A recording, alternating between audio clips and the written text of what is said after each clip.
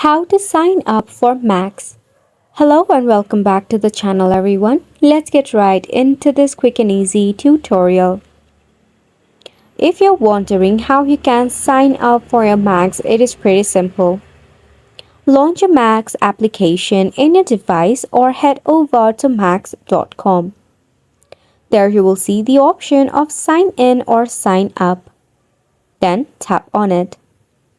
Over here, if you already have an account, just tap on the email address button and enter your credentials. Then tap on the sign in button. If you have to sign up, you may have to enter your credentials, then also your personal information such as a residential address and identification documents. Somehow, if your account is not being created, there might be a glitch issue. For that, open up your Play Store or App Store and search for Max. In here, just tap on the application and leave your app for an update if there is any of the update present for it.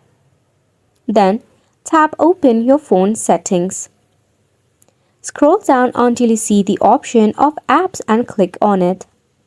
Tap on All Apps and search for Max. Now to clear up any of the bug or the glitch issue, force stop it, head over to Storage and Cache, then tap on Clear Cache. After that, try again to create an account. And just like that, you have made it to the end of the video as well. Thank you so much for tuning in.